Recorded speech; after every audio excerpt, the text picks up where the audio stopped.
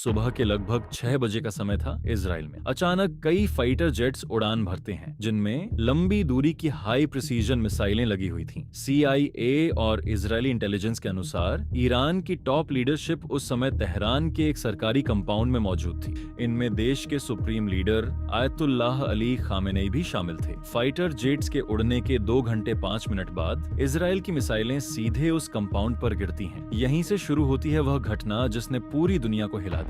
जब तक ये वीडियो पब्लिश हो तब तक शायद कई नई जानकारियां सामने आ चुकी होंगी, लेकिन पहले समझते हैं कि अमेरिका, इजराइल और ईरान के बीच तनाव आखिर शुरू कैसे हुआ। 1979 से पहले ईरान एक तानाशाही राजशाही था, जिस पर शाह मोहम्मद रज़ा पहलवी का शासन था। उन्हें अमेरिका का पूरा समर्थन प्राप्त था, लेकिन 1979 की ईरानी क्रांति में उनका शासन खत्म हो गया। इसके बाद आयतुल्लाह रूहुल्लाह खुमैनी ने सत्ता संभाली और ईरान को इस्लामिक रिपब्लिक घोषित कर दिया। खुमैनी चाहते थे कि ईरान पूरी तरह इस्लामिक कानून के अनुसार चले। उन्होंने शाह की पश्चिम समर्थक नीतियों को छोड़ दिया और अमेरिका और इजराइल को ईरान का दुश्मन घोषित कर दिया। खास तौर पर इजराइल का विरोध ईरान की रणनीति और विचारधारा का एक बड़ा हिस्सा बन गया। 1989 में खुमैनी की मृत्यु के बाद अली खामेनेई देश के नए सुप्रीम लीडर बने। धीरे धीरे वे ईरान की राजनीति और धार्मिक नेतृत्व के सबसे ताकतवर व्यक्ति बन गए। समय के साथ ईरान, इजराइल और अमेरिका के बीच कई टकराव हुए। अमेरिका ने ईरान पर कई आर्थिक प्रतिबंध लगाए। ईरान ने भी मध्य पूर्व में कई एंटी इजराइल मिलिशिया को फंडिंग शुरू कर दी। 2002 में यह खुलासा हुआ कि ईरान गुप्त स्थानों पर यूरेनियम को समृद्ध एनरिच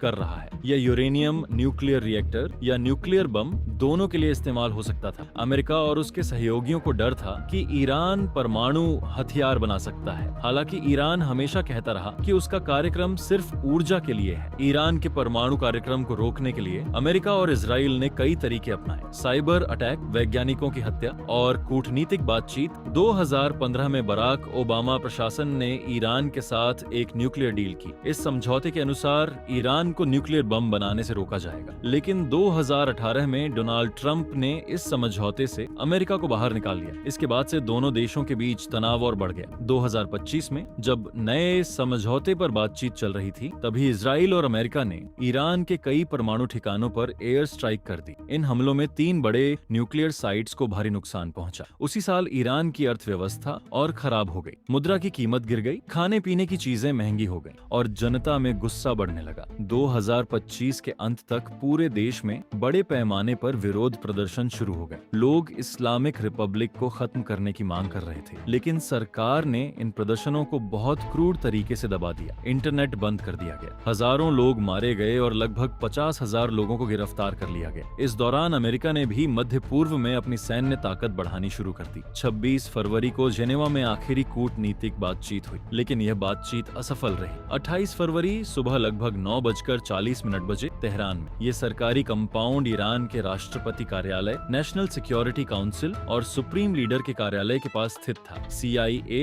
कई महीनों से अली खामेनेई की गतिविधियों को ट्रैक कर रही थी। उन्हें विश्वास था कि उस दिन ईरान के कई शीर्ष नेता इसी जगह मौजूद हैं। इजराइल ने मूल रूप से रात में हमला करने की योजना बनाई थी, लेकिन मौका इतना अच्छा था कि हमला तुरंत कर दिया गया। अचानक मिसाइलें गिरती हैं, भारी धमाकों के साथ पूरा कंपाउंड हिल जाता है। सैटेलाइट तस्वीरों में इमारतों से काला धुआं उठता दिखाई देता है और उसी हमले में ईरान के सुप्रीम लीडर अली खामेनेई की मौत हो जाती है। उनके साथ कई बड़े सैन्य और सरकारी अधिकारी भी मारे जाते हैं। रिपोर्ट्स के अनुसार सिर्फ 30 सेकंड में 30 बड़े अधिकारी मारे गए। इस ऑपरेशन को इजराइल में रोअरिग लायन और अमेरिका में एपिक फ्यूरी नाम दिया गया, लेकिन यह सिर्फ शुरुआत थी। इसके बाद इजराइल ने ईरान की एयर डिफेंस सिस्टम को निशाना बनाया। फिर तीसरी लहर में करीब 200 फाइटर जेट्स ईरान के ऊपर भेजे गए। इसका लक्ष्य था ईरान के मिसाइल सिस्टम को जितना जल्दी हो सके नष्ट करना। लगभग 30 मिनट बाद अमेरिका भी इस ऑपरेशन में शामिल हो गया। अमेरिकी युद्धपोतों से टॉमहॉक क्रूज मिसाइलें दागी गईं। इसके बाद ईरान ने जवाबी हमला शुरू किया। ईरान ने 200 से ज्यादा मिसाइलें इजराइल की ओर दागी। यमन के हूथी विद्रोहियों ने भी रेड सी में जहाजों पर हमले शुरू कर दिए। मध्य पूर्व के कई देशों में ड्रोन और मिसाइल हमले हुए। Dubai airport, Bahrain, Qatar, Saudi Arab, Jordan, Kuwait, इन सभी जगहों पर हमले या मिसाइल इंटरसेप्शन की खबरें आई। अब पूरी दुनिया इस सवाल से जूझ रही है, क्या यह युद्ध जरूरी था या यह सिर्फ एक विकल्प था?